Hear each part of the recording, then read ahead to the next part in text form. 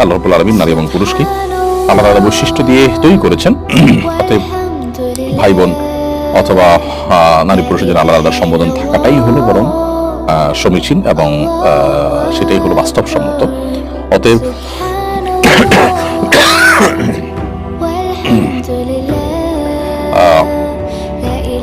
এই পার্থক্য রাখার যে প্রচলনটা সেটাই অধিকতর আমার কাছে যুক্তিযুক্ত মনে হয়। আল্লাহ আলামিন সব। তবে ইসলামী শরিয়া যে আমাদেরকে জীবন ব্যবস্থা দিয়েছে, এখানে মূলত কাউকে প্রভুর মতো আচরণ করতে নিষেধ করে, আবার কাউকে প্রভুর জায়গায় বসাতে নিষেধ করে। আজকাল আমাদের অফিস আদালত গুলোতে দেখা যায় যে অনেকটা সেরকম আচরণ, সেরকম হাবভাব, বিশেষ করে পশ্চিমাদের সেখানে যে কালচার রয়েছে সেই কালচার এখনো আমাদের সমাজে আছে। সেখানে অনেকখানি এরকম একটি ভাব সেটা নানাভাবে প্রকাশ করা হয়। তো এগুলো ইসলাম শরিয়ার দৃষ্টিকোণ থেকে কোনো প্রশংসনীয় বিষয়